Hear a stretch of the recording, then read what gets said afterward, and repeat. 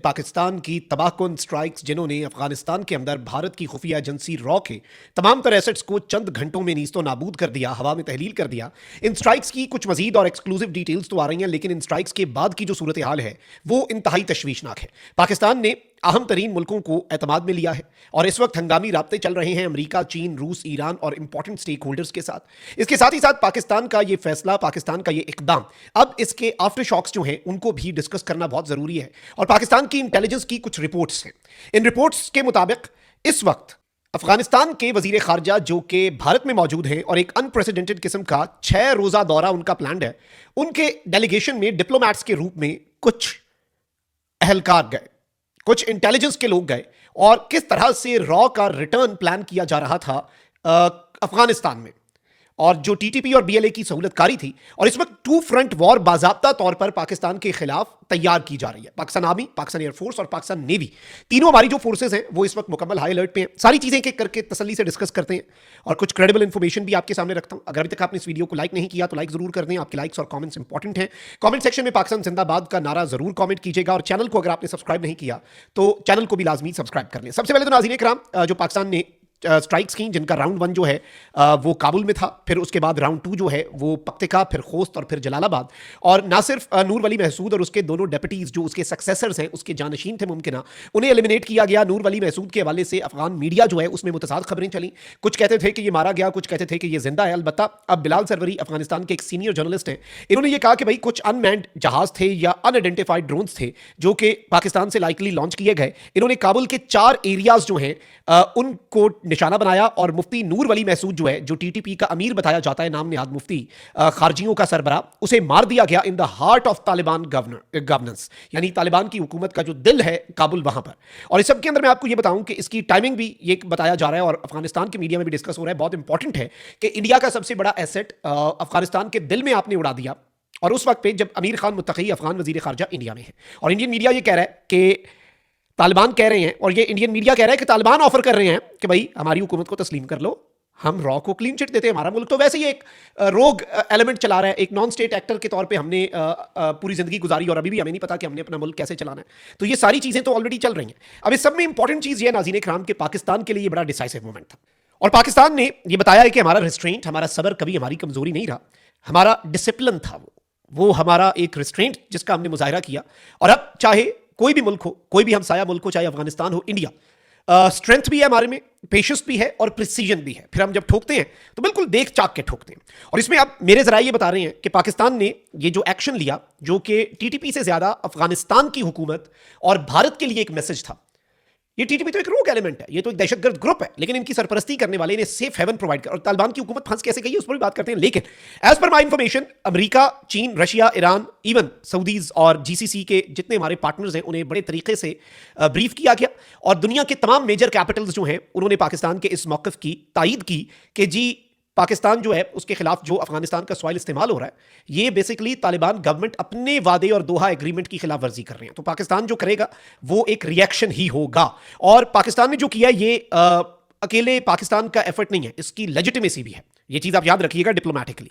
और इसमें सबसे अहम तरीन चीज़ जो है वो समझने वाली है वो ये है कि जो पाकिस्तान ने पक्तिका में, जो साउथ वजीरिस्तान के साथ उनका एक डिस्ट्रिक्ट लगता है, जो उसमें स्ट्राइक्स की, काबुल की स्ट्राइक्स के बाद टीटीपी का सफाया किया गया है, मुकम्मल तौर पर रंदा फेरा गया है और टीटीपी की मंजी ठोकी गई है। और ये जो टीटीपी की टॉप लीडरशिप को एलिमिनेट किया गया है ना, 2nd tier, 3rd tier, 4th tier, सबको, अभी तो चीज़ें सामने आएंगी, तो ये बहुत वैल्यूएबल है। ये बेसिकली इनकी पूरी जो लीडरशिप है उसे डिवाइड कर सकते हैं। और बिलाल सरवरी ने एक बड़ी दिलचस्प बात की, जो अफगान जर्नलिस्ट, उन्होंने कहा कि टीटीपी के अंदर डिवाइड है, टीटीपी के अंदर जो डिवाइड है ना उसकी वजह से इसकी लोकेशन कॉम्प्रोमाइज हुई।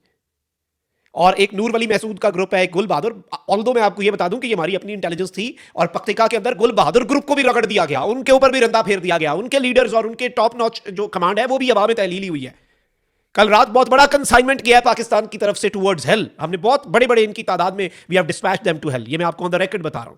और इसके कुछ लॉन्ग टर्म तो पाकिस्तान को फायदे होंगे, शॉर्ट टर्म ये हो सकता है कि फौरी तौर पर वो कोई रिएक्शन देने की कोशिश करें, उसके लिए भी पाकिस्तान ने तैयारी की हुई है। और इंटरेस्टिंगली नाज़रीन इकराम कि पाकिस्तान जो है उसने अफगान तालिबान जो कि गेमें डाल रहे थे, डबल गेम कर रहे थे इतने अरसे से, उन्हें एक बड़ी दिलचस्प पोजीशन में डाल दिया। अगर अफगान तालिबान जो है वो मान लेते हैं कि नूर वली महसूद के ऊपर ये स्ट्राइक हुई है तो उनका मौक़िफ़ कमज़ोर, नहीं मानते तो भी उनका मौक़िफ़ कमज़ोर। तो वो इस वक्त फंस चुके हैं कि माने या ना माने। तो इस वक्त नूर वली महसूद ग्रुप हो, हाफिज़ गुल बहादुर ग्रुप हो, टीटीपी के जितने फैक्शंस हों, और आपको लगता है कि अफगानिस्तान में फिर बीएलए, बीआरएफ, ब्रास और आईएसकेपी और आईएमपी के ठिकानों को हमने बख्शा होगा। ये चीज़ याद रखिएगा कि जो लोग कल स्ट्राइक्स कर रहे थे पूरी रात, और अभी तक ये ऑपरेशन शायद ऑन गोइंग हो, और बहुत से लोग men were on ground as well, जो बाद में इंश्योर कर रहे थे, रिपोर्ट्स क्रिएट कर रहे थे कि भाई क्या क्या हमने कर लिया है।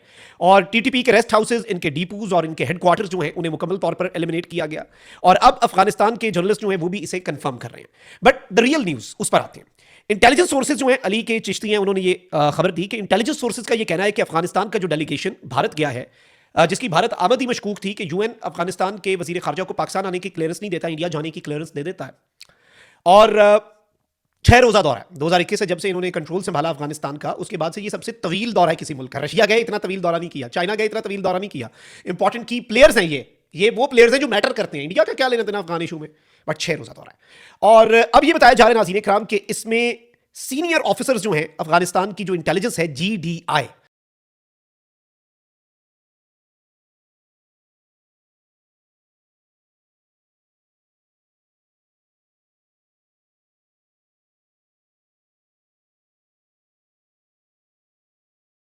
जनरल डायरेक्टरेट ऑफ इंटेलिजेंस इसका नाम है इस इदारे का। इसके सीनियर ऑफिशियल्स जो हैं उन्हें भी डिप्लोमैट्स के लबादे के अंदर, इस डेलीगेशन के अंदर शामिल किया गया। और असल जो एजेंडा बताया जा रहा था, ये पाकिस्तान के पास इंटेलिजेंस रिपोर्ट्स पहले ही पहुंच गई थी कि ये coordination with raw is the main agenda, कि किस तरह से सबवर्सिव ऑपरेशंस जो हैं वो पाकिस्तान की टेरिटरी में किए जाएं। और इन रिटर्न वही जो इंडियन मीडिया कह रहा है कि जी इंडिया जो है it will offer recognition to Taliban regime, और ये एक खुफिया मुआहिदा जो है उसके लिए ये दौरा था। लेकिन पाकिस्तान ने रॉ पर ये स्ट्राइक की है, ये स्ट्राइक टीटीपी पर की है। और इवन अफगान तालिबान जो इस रीजन के अंदर डबल गेम डाल रहे थे, और उन्हें बाय द वे मैं आपको ये बताऊं कि रशिया, चाइना, ईरान और पाकिस्तान, इन 4 मुल्कों ने अफगान तालिबान को समझाया है, और पिछले चंद घंटों में समझाया कि ये हरकत ना करो, बट उन्होंने की। और फिर अब इसकी प्राइस जो है, ये हरकत करने से पहले ही उन्होंने अब इसकी प्राइस पे कर दी है। और ये याद रखिएगा कि ये 2 फ्रंट वॉर पाकिस्तान पे अब वेज करने की कोशिश करेंगे।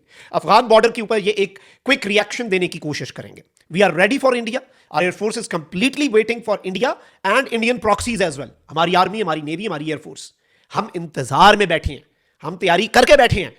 और तुमने तो चलो अफगानिस्तान को पार्टनर शायद चुना हो ना, हम जहां जहां से मारेंगे और जो महाज हम खोलेंगे वो बहुत बड़े सरप्राइज होंगे। बांग्लादेश का दौरा भूल गए हो, अभी जो 1 दिन पहले खत्म हुआ है। चाइना क्या करेगा वो अंदाजा नहीं है।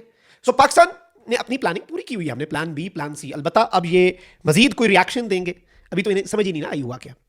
हमने जो किया, we were in complete control of their air space and we will be in complete control of their air space जब हमारा दिल किया। ये भी मैं आपको बताऊं, it is the new normal.